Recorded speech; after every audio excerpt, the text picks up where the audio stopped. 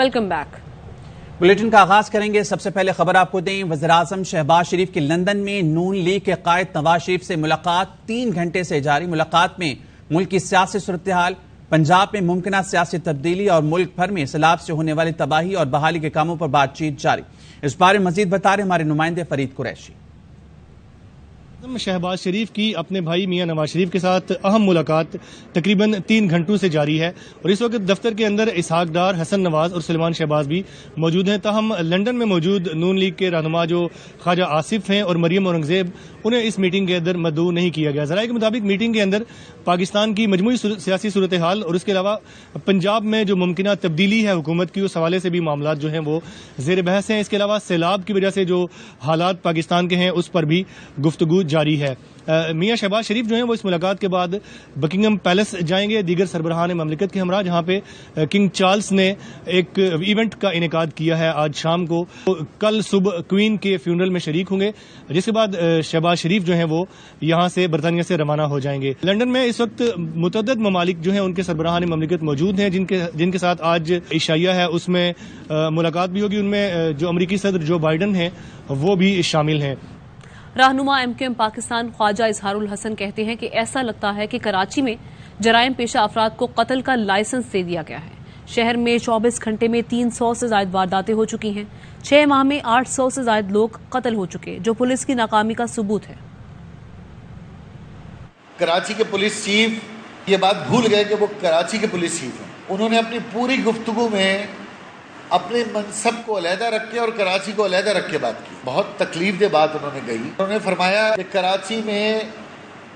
कराची वाले अपने पैर पे खुद कुल्हाड़ी मारते हैं। कराची पुलिस चीफ की अदालत से स्ट्रीट क्राइम के जो क्रिमिनल हैं वो तो बाइज्जत बरी हो गए उस बयान के बाद, बल्कि मजीद बेखौफ हो गए। पुलिस के इतने सीनियर अफसर के मुंह से सुनकर न सिर्फ दुख हुआ, तकलीफ हुई और नाउमीदी भी हुई। कराची पुलिस के होने के बावजूद लावारिस है। पुलिस की एफिशिएंसी और काबिलियत का आलम यह है कि 24 घंटे में गुज़िश्ता 300 से ज़्यादा वारदातें हो चुकी हैं। गुज़िश्ता 6 माह में 800 से ज़्यादा लोग कत्ल हो चुके हैं। समझ नहीं आता कि मुराद अली शाह साहब को होम द महकमा अपने पास रखने की क्या ख्वाहिश है।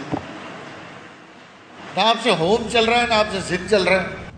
एडिशनल IG जावेद आलम ओढो ने जुम्मे को कराची चैम्बर ऑफ कॉमर्स के दौरे पर ताजरों से मुलाकात में क्या कहा था, आइए आपको एक बार फिर सुनवाते हैं। के लोग और कराची की बिजनेस कम्युनिटी सबसे ज्यादा अपनी दुश्मन खुद है। मुआवला करते हैं, खामखा का सेंसिटाइज करते हैं, मीडिया पे ले आते हैं और उसके बाद कहते हैं हमारे पास इन्वेस्टमेंट नहीं आ रही। लाहौर में जबकि क्राइम इससे ज्यादा है। Karachi was one of the lowest murder city in the world, still है। कराची में 2.5 करोड़ की आबादी में अमेरिका से देख लें, इंग्लैंड से देख लें, न्यूयॉर्क से देख लें, बॉम्बे से देख लें, हमारी rate is one of the lowest. Karachi बुनियादी तौर पर क्रिमिनल डिस्ट्रिक्ट नहीं है, थोड़ी सी इंक्रीज आई है, 18% बिल्कुल मैं मानता हूँ। मोबाइल स्नैचिंग में इंक्रीज, कोई कंपैरिजन नहीं है। लाहौर का क्राइम बहुत ज्यादा है, हर कैटेगरी। उधर कराची के ताजिर रहनुमा बढ़ते स्ट्रीट क्राइम पर भड़क उठे, पुलिस पर सख्त बरहमी का इजहार। जुबैर मोतीवाला ने कहा कि पुलिस क्रिमिनल्स की पुश्तपनाही करती है, किराए पर असलहा देती है, लूट मार में अपना हिस्सा लेती है। सदर chamber of commerce Mohammad Idris बोले, जराइम में इजाफा पुलिस की गफलत है। इंतहाई खराब हालात हैं। थाने वाले जो है ना खुद प्रोवाइड करते हैं। थाने के अंदर जो लोग होते हैं उन्हीं को वेपन देते हैं 8 घंटे के किराए पे। वो बाहर जाते हैं, वारदात करते हैं, फिर जो है ना वापस आके उसको लॉकअप में बंद कर देते हैं। उनको गुस्सा होता है, बाकी हिस्सा वहां पहुंच जाता है। कोई गली महफूज नहीं है और जो नोटोरियस पॉइंट्स हैं उनके ऊपर भी मुझे पिकेट नजर नहीं आती। रोड पर निकलना महाल हो गया है। अब तो सड़कों पे रोकते हैं और लूट के चले जाते हैं। इस वक्त फेलियर नजर आ रहा है पुलिस। शहर कायद में स्ट्रीट क्राइम की वारदातों में रिकॉर्ड इजाफा हो गया। CPLC के आदादुशुमार के मुताबिक 8 माह के दौरान शहर में 58,000 वारदातें रिपोर्ट हुई हैं। सलमान लोधी हमारे साथ हैं, उनसे मजीद अहवाल जानेंगे। सलमान, बताएगा मजीद क्या आदादुशुमार सामने आए? देखिए, रवा साल के दौरान कराची में 58,000 जो वारदातें हुई हैं, सबसे ज्यादा जो स्ट्रीट क्रिमिनल्स का मसलन चीज थी वो मोटरसाइकिल थी। 37,000 से ज्यादा मोटरसाइकिलें छीनी और चोरी की जा चुकी हैं। अगर हम रिकवरी का रेशो देखते हैं तो 5% से भी कम है। स्ट्रीट क्राइम की जो सबसे ज्यादा जो टारगेट बना रहे हैं वो दूसरे नंबर पर है मोबाइल फोन। 19,000 से ज्यादा मोबाइल फोन कराची के मुख्तलिफ इलाकों से चोरी और छीनी गए हैं। अगर रिकवरी देखते हैं तो यहाँ पर भी तादाद 5% से कम है। स्ट्रीट क्राइम की जो सबसे 58,000 वारदात हुई है, सिर्फ अगस्त की बात बात करें 8,150 से ज्यादा वारदातें अगस्त के महीने में रिपोर्ट हुई हैं। सितंबर की बात करते हैं, 12 शहरियों को स्ट्रीट क्राइम की वारदातों के दौरान शहीद किया जा चुका है, 20 से ज्यादा जख्मी हो चुकी है। अब इसमें यहाँ पे स्ट्रीट क्राइम की वारदातें इजाफा होती हैं, लोग कत्ल हो जाते हैं, लेकिन अब शोबा तफ्तीश का क्या काम आता है सामने। शोबा तफ्तीश मुल्जिमान को गिरफ्तार करती है। एक माह के दौरान अगर मैं आपको बताऊं, एक मुल्जिम एक नहीं, दो नहीं, तीन बार गिरफ्तार हो रहा है, जेल जाता है, अदालत जाता है, अदालत में पुलिस उनके सबूत फराम नहीं कर पाती, जिसके बाद वो जमानत पर रहा होने के बाद कराची में दोबारा वारदातों के लिए सरगर्म हो जाता है। कराची में रिकॉर्ड 2 महीने के दौरान देखने आया है कि एक मुल्जिम 3 बार गिरफ्तार होने के बाद चौथी बार जब रिहा होकर आया तो दोबारा वो स्ट्रीट क्राइम की वारदातें कराए। एक और नया ट्रेंड कराची में देखने में आया, कराची की शहरी अब खुद हिम्मत दिखाना शुरू कर रहे हैं। सिर्फ सितंबर के दौरान की अगर बात की जाए तो 10 से ज्यादा शहरियों ने स्ट्रीट क्रिमिनल्स को पकड़कर पुलिस के हवाले किया है। एक नई फोर्स बनाई गई है कराची में, शाहीन फोर्स, मोटरसाइकिल फोर्स बनाई गई, जिसको हॉट स्पॉट कराची में जहां पे वारदातें होती है वहां पे तैनात किया गया है। इसका नतीजा यह आया कि एक हफ्ते के दौरान 2 मुकामात औरंगी टाउन और नागन चौरी के करीब स्ट्रीट क्रिमिनल्स को पकड़ने में यह फोर्स कामयाब हुई है। लेकिन कराची इतना बड़ा है कि आज भी 200 से ज्यादा एडिशनल आईजी जावेद आलम उर्दू ने कुछ दिन पहले जो गुफ्तगू की, उन्होंने कहा कि इतनी वारदातें नहीं होती जितना वावेला किया जाता है। फिर एमकेएम के रहनुमाओं ने न्यूज कॉन्फ्रेंस भी की। तो ये बताइए हकीकतन क्या सूरत हाल है, क्या वाकई इतनी वारदातें बड़ी हैं या सिर्फ वावेला ही है क्या? देखें, ये पुलिस का रिकॉर्ड सीपीएलसी की तरफ से जो रिकॉर्ड मौसूल हुआ है वो ये बताता है 58,000 वारदातें। एक और आपको ये बताऊं, ये वो लोग हैं जो आसानी से थानों में जाकर रिपोर्ट करा लेते हैं, बार बार थानों के चक्कर लगा लेते हैं। काफी बड़ी तादाद ऐसी है जिसकी मोटरसाइकिल, मोबाइल फोन चोरी या छीना जाता है, वो थाने जाते हैं तो थाने से उसको बार बार घर वापस रवाना कर दिया जाता है, ये दस्तावेजात नहीं है, ये दस्तावेजात नहीं है। मोबाइल फोन चोरी हो गया तो रसीद लेके आए, डब्बे लेके आए। काफी सारे शहरी तो पुलिस की परेशानियों की वजह से रिपोर्ट ही दर्ज नहीं कराते। तो तादाद अगर रिकॉर्ड पे होने देखी जाए तो रिकॉर्ड से बहुत ज्यादा होगी, लेकिन ये रिपोर्टेड वो तादाद है जो सीपीएलसी के रिकॉर्ड में आई है। कराची पुलिस चीफ का दावा बिल्कुल कहा जाए तो 58,000 वारदातें वो भी मान रहे हैं, मगर उनका ये दावा है कि लाहौर में से ज्यादा वारदातें हुई है। वो ये कह रहे हैं कि इंटरनेशनली अगर पुलिस की नफरी को देखा जाए और कराची की पॉपुलेशन, कराची के तमाम डिस्ट्रिक्ट में सूरत हाल है, कोई स्पेसिफिक डिस्ट्रिक्ट है जहां पे ज्यादा वारदातें? देखिए, अगर कराची में स्ट्रीट क्राइम के थानों के हवाले से बात की जाए तो 5 थाने ऐसे हैं जहां पे ज़्यादा वारदातें होती हैं, जिसमें सेंट्रल के मुख्तलिफ थाने हैं, सचल का इलाका है, कोरंगी का थाना है, इसके साथ लियाकताबाद और गुलशन और ये भादराबाद जो तिजारती मराकज़ के अतराफ़ के इलाके हैं, ये सबसे ज़्यादा मनपसंद इलाके हैं। और जो नई फोर्स बनाई है, शाहीन फोर्स बनाई है, उसको भी इस बात को निशानदेही की गई है, जहाँ पर ज़्यादा वारदातें होती हैं तो वहाँ का रिहायशी इलाकों, गलियों और शाहराहों में इसको तैनात करके ये देखा जा रहा है कि स्ट्रीट क्राइम को काबू पाया जा सके। लेकिन अब तक हमें कराची में जो फोर्सेज बनी गई हैं, जो हिकमत अमली है, वो नाकाम दिखाई दे रही है स्ट्रीट क्राइम पर काबू पाने के हवाले से। सलमान तफसीलन अपडेट कर रहे हैं, शुक्रिया आपका। के इलेक्ट्रिक के बिलों में म्यूनिसिपल टैक्स की वसूली पर अवाम का रद्द-ए-अमल। शहरियों ने के इलेक्ट्रिक के शिकायती मराकज़, सोशल मीडिया और 118 पर शिकायत दर्ज कराना शुरू कर दी है।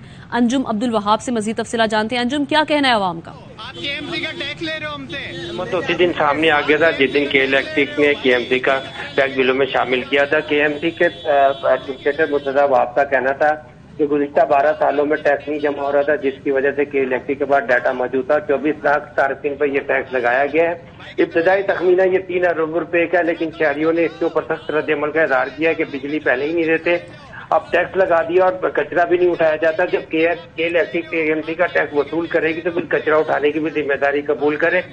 और ये सिलसिला अब ऐसा शुरू हुआ कि शहरियों ने के इलेक्ट्रिक की गाड़ियों में कचरा डालना शुरू कर दिया है। के इलेक्ट्रिक के मराकज़ के ऊपर शिकायत दर्ज कराते हुए उनका यही कहना था कि आप टैक्स ले रहे हैं तो फिर कचरा उठाने के लिए गाड़ियां भी भेजें और हमारी शिकायत नोट करें। लेकिन के इलेक्ट्रिक की जानिब से जो एजेंट उनका कहना था कि हमारा इसमें कोई सिलसिला नहीं है, हम टैक्स वसूल नहीं कर रहे और जो भी सिलसिला आप केएमसी से राब्ता करें। लेकिन शहरी अब इस बात पर आ गए कि शहर जगह जगह कचरे के ढेर लगे हुए हैं, सड़कें टूटी हुई हैं, बिजली मिलती नहीं है और के इलेक्ट्रिक अब केएमसी के साथ मिलकर ये अरबों रुपए जमा करेगी और करोड़ों रुपए कमीशन अपना भी कमाएगी और केएमसी भी ये अरबों रुपए जमा करने के बाद शहरियों को सहूलत देने में नाकाम है। और शहर का हाल ये है कि कचरे के अंबार लगे हुए हैं, नाले उबले हुए हैं, सड़कें टूटी हुई हैं। उससे ये मरे को मारे 100 दुर्रे शहरियों का ये कहना था कि अब हमसे फी बिल 200 रुपए टैक्स वसूल करेंगे। जिन घरों में 6 मीटर है तो 6 मीटर पे ये टैक्स वसूल किया जाएगा। तो ये सख्त रद्द-ए-अमल शहरियों का सामने आया कि उन्होंने के इलेक्ट्रिक की गाड़ियों पर कचरा डालना और मराकज़ पे शिकायत दर्ज कराना शुरू कर दी। ठीक है, अंजुम अब्दुल वहाब बता रहे थे इस मामले पर और शहरी किस तरह से अपने तासुरात का इजहार करें वो आपको दिखाते हैं। आजा भाई, कचरा ले जाओ, कचरा तो लेके जाओ, कचरा ले जाओ भाई, कचरा ले जाओ, कचरा तो ले जाओ। कचरा भाई केएमसी का आप टैक्स ले रहे हो, आप केएमसी का टैक्स ले रहे हो हमसे, आप मुझे दे रहे हो, आप केएमसी का टैक्स ले रहे हो भाई, ये कचरा लेके जाओ, केएमसी का आप टैक्स ले रहे हो, आप लेके जाओ कचरा, जाओ केएमसी का टैक्स ले रहे हो आप हमसे, बस छोड़ो।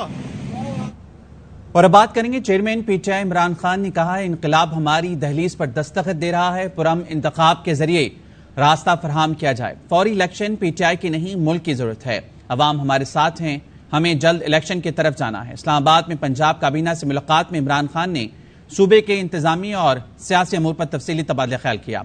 काबीना को ज़िमनी इंतखाब में शानदार कामयाबी पर मुबारकबाद दी और कहा चौधरी परवेज लाई अमली सियासतदान हैं, हमने भरपूर साथ देना है। इमरान खान ने पीटीआई पंजाब की पार्लिमानी पार्टी के इजलास की सदारत भी की।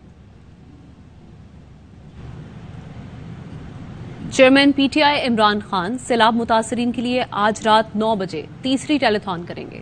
कहते हैं मुल्क भर के सैलाब मुतासरीन के लिए पैसा इकट्ठा कर रहे हैं, आप सब बढ़ चढ़कर मुश्किलात में घिरे पाकिस्तानियों की मदद करें।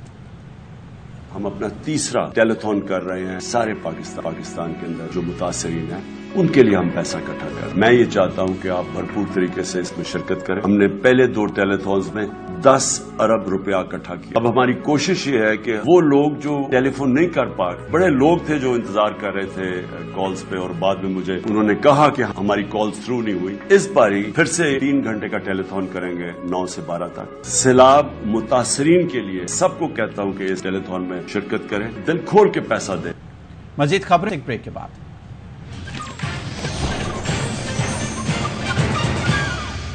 Welcome back.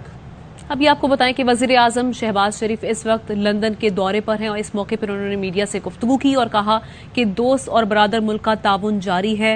दोस्त ममालिक सैलाब मुतासरीन की मदद कर रहे हैं, सैलाब मुतासरीन के लिए 70 अरब रुपए मुख्तस किए हैं। मजीद क्या कहा आपको सुनवाते हैं।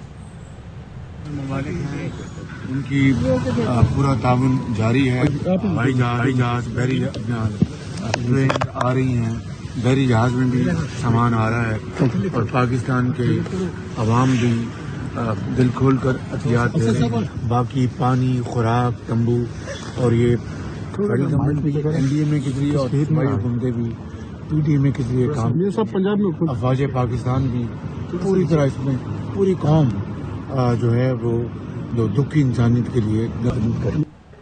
जिला शहीद बेनजीराबाद में अब तक बारिश और सैलाब का पानी जमा है, बीमारियां फैल रही हैं, सरकारी अस्पताल मरीजों से भर गए हैं। रिपोर्ट करें रिजवान थेबो। जिला शहीद बेनजीराबाद के मुख्तलिफ इलाकों में बारिश और सैलाब के खड़े गंदे पानी से वबाई अमराज फूट पड़े, जिनमें डेंगू, मलेरिया, गैस्ट्रो और जल्द के अमराज शामिल हैं। सैकड़ों मरीजों से मुख्तलिफ सरकारी अस्पताल भर गए। इनके खाली उल्टी आहे, बाक़ी उनखे दस्त उल्टी आहे, इनखे 3 ॾींहं आहे, उनखे तकरीबन महीनो थियो आहे, इनखे कल दाख़िल कयो उन्हनि के अस्पताल में। गैस्ट्रो है और डेंगू और मलेरिया के पेशेंट्स हैं, वो हमारे पास आ रहे हैं और 400 से ज़्यादा हम पेशेंट देख चुके हैं और उसके अलावा ओपीडी बेसिस पे हम बहुत सारे पेशेंट्स डेली देखते हैं। डेंगू अभी भी हमारे पास 15 से ज़्यादा पेशेंट्स एडमिटेड हैं। बारिश मुतासरा कई इलाकों में तिब्बी सहूलियात का फुकदान है। जिला इंतजामिया को चाहिए कि वो सैलाब मुतासरा अफराद को तिब्बी सहूलियात फराहम करने के दावों को अमली जामा पहनाए। कैमरामैन कुर्बान खासकेली के साथ रिजवान थेबो, ARY न्यूज, नवाबशाह। हालिया बारिश और सैलाबी सूरत हाल के बाद शिकारपुर में गैस्ट्रो और मलेरिया के मरीजों में इजाफा हो रहा है। जिला भर के अस्पतालों में मरीजों के लिए बिस्तर कम पड़ गए हैं। मजीद बता रहे हैं आगा इसरार। जी बिल्कुल, इस वक्त मैं मौजूद हूँ सिविल हॉस्पिटल शिकारपुर में और पीट्स वार्ड में। साथ मौजूद हैं इस वार्ड के इंचार्ज डॉक्टर नसरुल्लाह हकड़ो। हमारे यहाँ जो है बेड है टोटल 20 और पेशेंट हैं 110, तो जाहिर है मजबूरी है, एक बेड पे 3-3, 4-4 पेशेंट रख रहे हैं और ज्यादातर केसेस मलेरिया के हैं और गैस्ट्रो के हैं, आर्टिया के भी कुछ केसेस आ रहे हैं। हम कोशिश कर रहे हैं, दवाइयाँ मेडिसिन ज्यादातर यहाँ की दे रहे हैं। इनका कहना है कि सहूलियात का फुकदान है, पूरे इस वार्ड में 20 बेड हैं, जबकि सैकड़ों की तादाद में मरीज आ रही हैं। मजबूरन हम 3-3, 4-4 एक बेड पर जो है वो दाखिल कर रहे हैं। दूसरी बात है मेडिसिन की, जो हमारे पास अवेलेबिलिटी है वो तो हम फराम कर रहे हैं, जो नहीं है वो बाहर से लिख के दे रहे हैं, पर मरीज जो हैं ताल नाला हैं और परेशान हैं। जी, पाकिस्तान में सैलाब के बाद बीमारियों की सूरत में नया बहरान सर उठा रहे हैं। आलमी इदारे सेहत ने खबरदार कर दिया, कहा मुतासर इलाकों में बड़ी तादाद में अमवात का खतरा है। यूनिसेफ ने भी पाकिस्तान के लिए हंगामी इमदाद की अपील कर दी। यूनिसेफ का कहना है तकरीबन 34 लाख बच्चे फौरी इमदाद के मुंतजिर हैं। किसान में सैलाब के बाद बीमारियों के डेरे, डायरिया और गैस्ट्रो फैलने लगा। मलेरिया और डेंगू ने डंक फैला दिए। आलमी इदारों ने अमवात में इजाफे का खदशा जाहिर कर दिया।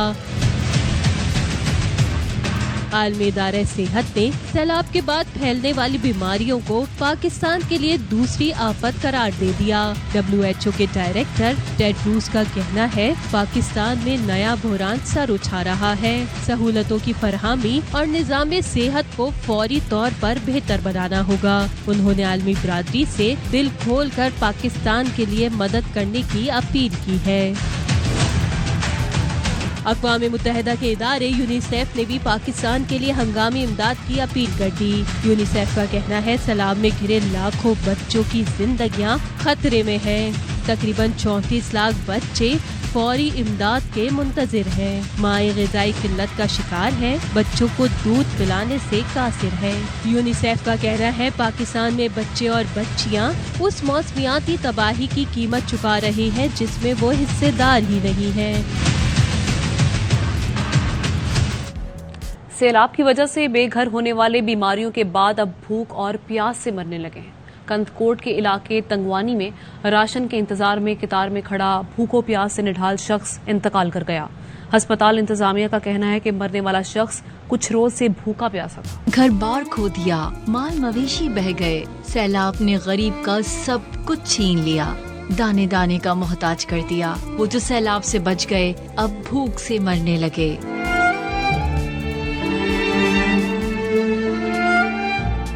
तंगवानी वही मुकाम है जहाँ भूख ने सैलाब ज़दा मुफलिस की जान ले ली। वो खाने के हुसूल के लिए कतार में लगा रहा, किसी को पता न चला। भूख और प्यास से आजाद हो गया, कतार में लगे ही दुनिया से चला गया। डॉक्टर्स का भी यही कहना है कि मरने वाला कुछ रोज से भूखा और प्यासा था। दरिया सिंध में पानी कम हो रहा है मगर कच्चे के इलाकों में ताहाल सैलाबी सूरत-ए-हाल है। मुतासिरीन के इमदाद न होने पर वो सख्त परेशान हैं कि उनका उजड़ा आशियाना कौन बना कर देगा। इस बारे में बता रहे हैं सलीम खोसो। जी बिल्कुल, हालिया सैलाब ने सजावल में भी तबाही मचा दी है। हर तरफ तबाही है। मैं इस वक्त मौजूद हूँ सजावल के करीब दमदमू के कच्चे के मकाम के एरिया में। इस वक्त दरिया सिंध में पानी का कम होना शुरू हो गया है, लेकिन ताहाल यहाँ के जो लोग हैं वो सख्त परेशानी से दो चार हैं। इन लोगों को ना राशन दिया गया है, ना कीमें प्रोवाइड किए गए। हम कैसे घर बनाएंगे? कितना पानी आ गया, घर जो बना हुआ था सारा गिर गया। इतनी मजबूरी से यहाँ सड़क पे बैठे हुए, कोई टेंट वगैरह भी नहीं मिला, नहीं राशन मिला। यहाँ पर जो मुतासिर उनका भी ये कहना है कि हमें तकरीबन 3 हफ्ते हो गए यहाँ पर जो ना हम सड़कों पे बैठे हुए। हुकूमत की जानिब से, जिला इंतजामिया की जानिब से ताहाल ना हमें राशन दिया गया है, ना हमें कीमें प्रोवाइड किए गए हैं। लोगों ने हुकूमत वक्त से मुतालबा किया है कि फौरी तौर पर हमारे जो मुनहदम होने वाले जो घर थे उनको बनाने के लिए हमारी मदद की जाए। जी पाक बहरिया सैलाब मुतासरीन की मदद और रिलीफ में मसरूफ है। National flood response coordination centre के मुताबिक पाक बहरिया के 4 फ्लड रिलीफ सेंटर्स और 18 सेंट्रल कलेक्शन पॉइंट्स खिदमत अंजाम दे रहे हैं। पाक बहरिया की 23 इमरजेंसी रिस्पांस टीमों ने 15,300 अफराद को बचाया। आर्मी एविएशन हेलीकॉप्टर्स ने गुज़श्ता 24 घंटों में 11 परवाजों से 13.7 टन इमदादी अशिया मुतासरीन तक पहुंचाई। और अब बात करेंगे आफतज़दा इलाकों में फंसी अवाम का साथ पाक फौज ने ना छोड़ा। पाक फौज के अफसरान और जवान सिंध में सैलाब ज़दगान के हर वक्त साथ हैं। पाकिस्तान आर्मी की जानिब से सिंध में सैलाब ज़दगान को रेस्क्यू करने और इमदाद करने का सिलसिला बदस्तूर जारी है। जैकबाबाद, खैरपुर, कंबर शहदाद कोट, सखर, नौशेर फिरोज, ठट्टा समेत कई इलाकों में पाक फौज के इमदादी काम जारी हैं। कई फीट पानी में फंसी अवाम को तमाम अशिया ज़रूरत की फराहमी तसलसल के साथ जारी है।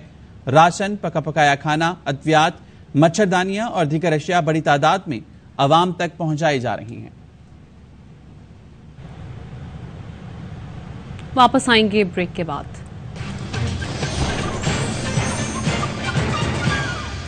Welcome back.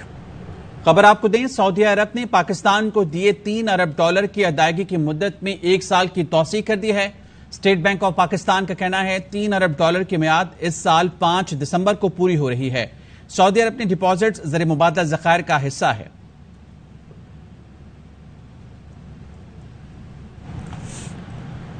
लाहौर में आटे की कीमतों को पर लग गए हैं। 15 किलो आटे का थैला 1600 रुपए का हो गया। सरकारी कीमत 980 रुपए मुकर्रर है। 20 किलो वाला थैला कमयाब हो गया। अलमास अहमद खान रिपोर्ट करेंगे।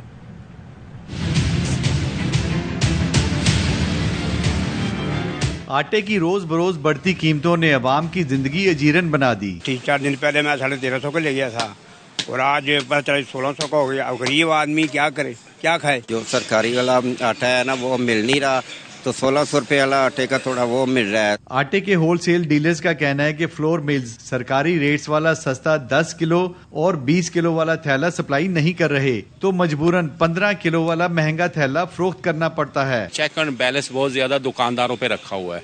थोड़ा सा इन्होंने ना गंदम पे भी रखे, मिल पे भी रखे और प्राइवेट भी गंदम पे जरा गौर करें ये क्यों इतना बढ़ रहा है। अवाम का कहना है कि फ्लोर मिल्स मालकान सरकारी रेट्स वाली गंदम लेकर अवाम को महंगा आटा फरोख्त कर रहे हैं। कैमरामैन अजहर बशीर के साथ अलमास अहमद खान, ARY न्यूज लाहौर।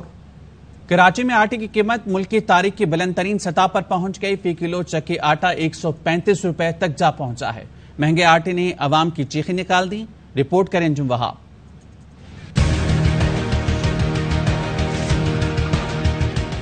कराची में महंगाई का जिन बेकाबू, आटा मुल्क की तारीख की बुलंद तरीन सतह पर पहुंच गया। आटा महंगा होने से शहरी भी परेशान हैं। कहते हैं आटा कुव्वत खरीद से बाहर हो गया। मौजूदा हुकूमत ने हमसे 2 वक्त की रोटी भी छीन ली।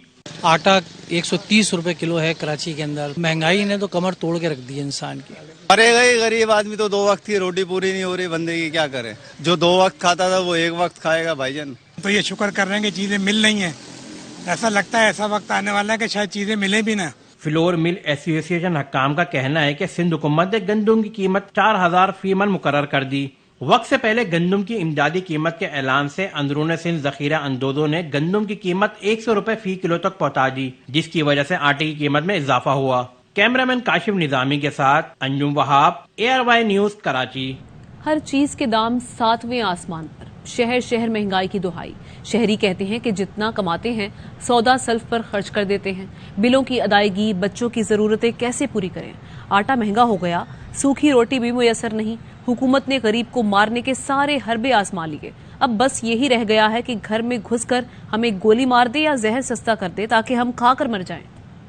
चीजें अप्रोक्सीमेटली 20 से 25% ज्यादा महंगी। जिस हिसाब से महंगाई बढ़ रही है उसमें एक तो कुछ हमारे यहाँ की जो प्लानिंग है वो नहीं है, फिर सैलाब नहीं रही सही कसर दूर कर दी। 60 साल जिंदगी में मैंने इतना फर्क नहीं देखा। खुदा के बंदो कुछ तो कंट्रोल करो। ये कौन है जो बिजली के बिल बेच रहा है? ये कौन है जो फ्यूल एडजस्टमेंट लगाया जा रहा है? हर महीने सवाब का काम समझ के लगाए जा रहे हैं। 10,000 वाला बिल 50-50 हजार में आ रहा है। मार दो, खुदा के लिए हमें मार दो और हम मर रहे हैं। जितना कमाया उसी का बस सौदा डल गया थोड़ा बहुत, फिर बीच में परेशानी हो जाती है। 20,000 हम लोगों की सैलरी होती है, उसमें भी हम लोग अगर 1500-1600 के मुताबिक हम आटा ले रहे हैं, हमारा गुजारा कहाँ से होगा। ने कमर तोड़ दी हुई है। हम आवाम की हुकूमत को परवाह ही नहीं है। हुकूमत से हमारी दरखास्त है गरीब गुरबा को ना अब एक जहर की पुड़िया दे दें, बस वो रह गया है, बाकी आप सब कर चुके हो। जाए उधर काम में हम भूखे मारे, मेहरबानी करे। आटा बहुत महंगा है। आधी तनख्वाह बिल में चली जाती है। बच्चों की जो जरूरियात है वो पूरी नहीं कर सकता। कमाई इतना ज्यादा नहीं आ रहा है जितना महंगाई हो रहा है। शाहबाज शरीफ 72 महंगाई लाया। 11-11 हजार के बिल 5-5 हजार का हमारे पे टैक्स लगा के भेज रहे हैं। ऐसे ही आओ घरों में घुस के गोलियों से मार दो ना। 120 रुपए किलो आटा हो गया। अभी रूखी रोटी भी नहीं मिल रही है हमें। आप जहर सस्ता करो तो हम खाकर मर जाए। मुल्क को महंगाई की आलमी लहर का सामना है। महंगाई इसलिए हुई कि इमरान न्याजी IMF से मुआहदा करके गए। विफाकी वजीर मनसूबाबंदी हसन इकबाल कहते हैं इमरान खान की आजादी उस वक्त कहां थी जब उन्होंने IMF के सामने सरेंडर किया। की लहर का भी सामना है। इसका जो अब ताल्लुक है वो उन इकदामात से है जो IMF के मुआहदे के नतीजे में हमें लेने पड़े।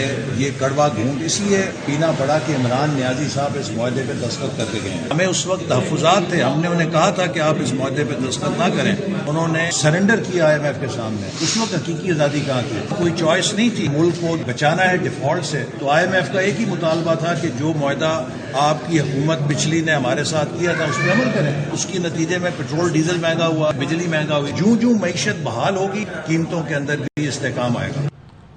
मारूफ बुजुर्ग अली हजवेरी रहमतुल्लाह अलैह के 979वें उर्स की 3 रोजा तकरीबात खत्म हो गईं।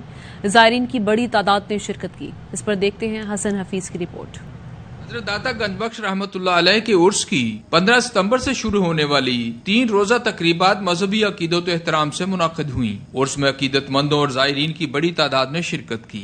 उर्स के तीसरे रोज भी दूध की सबीलों और लंगर का वसी इंतजाम किया गया। उर्स के आखिरी रोज Pakistan federal union of journalist के वफ्द ने भी दरबार में हाजिरी दी और मुल्की तरक्की और खुशहाली के लिए दुआएं मांगी। दाता के हुजूर आज हमारी हाजिरी थी, वसीला फिर हमारी मादरे जो तरबियत थी वो बनी। न सिर्फ यहाँ ये लंगर चल रहा है बल्कि जहाँ जहाँ सैलाब आया और वहाँ भी 30-40 इसी तरह लंगर खाने बनाए गए हैं। जो मंजर मैंने यहाँ पर आकर देखा कि जिस तरीके से और जिस अच्छे तरीके से ये खाना खिलाया जा रहा है, हर साल लाखों अफराद यहाँ से आते हैं और यहाँ पर खाना खाते हैं। हज़रत दाता अली हजवेरी रहमतुल्लाह अलैह की उर्स की तकरीबात का इख्तिताम रात के खुसूसी दुआ से हुआ। कैमरामैन अजहर बशीर और साथी रिपोर्टर ख्वाजा नसीर के साथ हसन हफीज, ARY न्यूज, लाहौर।